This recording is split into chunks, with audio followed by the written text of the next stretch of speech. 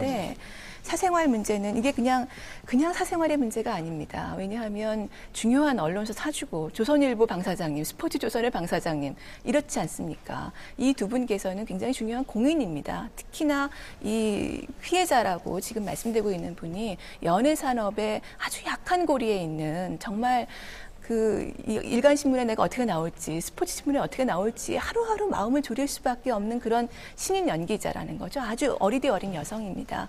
이 여성의 경우에는 일종의 권력관계에 있을 수밖에 없거든요. 이것은 대단히 중요한 구조적인 문제고 공적인 관심사입니다. 따라서 사생활에 관한 문제라고 해서 그냥 덮어둘 수 있는 문제가 아닙니다. 네, 제가 좀 말씀드리고 싶은데요. 이종걸 의원께서 말씀하신 것은 제 판단에는 면책특권의 범위 내에 있다고 생각합니다. 왜냐하면 그 정치 분야 대정부 질문에서 행정안전부 장관께 중요한 그 성매매 처벌법 위반이라는 형사사건 수사의 형평성 문제에서 질문을 하신 거고요. 이게 아직 완전히 확인되지 않은 사실이더라도 또는 설사 허위 사실이라고 하더라도 발언의 내용이라든가 근거 또 형태, 전후 사정 이런 것을 보면 국회의원의 직무상의 발언으로서 면책특권의 범위 안에 있다고 볼 여지가 많습니다. 판례가 있습니다.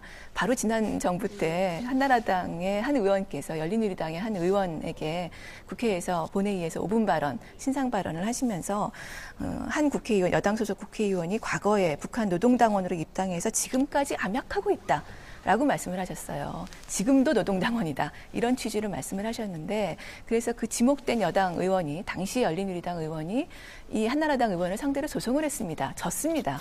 확정이 됐습니다. 왜 졌냐면 그 법원이 이렇게 얘기했습니다. 직무상 또는 부수한 발언으로 인정되는 이상 허위 내용의 발언이라고 하더라도 면책특권의 범위 밖에 있다고 할 수 없다. 라는 명시적인 판단을 했습니다. 이 법원의 판단이 확정이 됐어요. 그걸 그대로 사실 가져올 수밖에 없습니다. 다르죠. 이거 사생활 문제는요.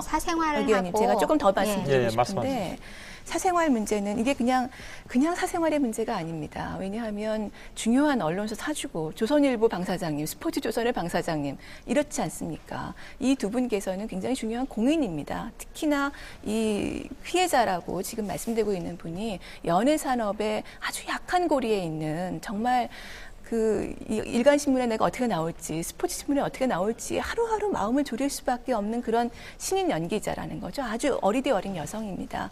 이 여성의 경우에는 일종의 권력관계에 있을 수밖에 없거든요. 이것은 대단히 중요한 구조적인 문제고 공적인 관심사입니다. 따라서 사생활에 관한 문제라고 해서 그냥 덮어둘 수 있는 문제가 아닙니다.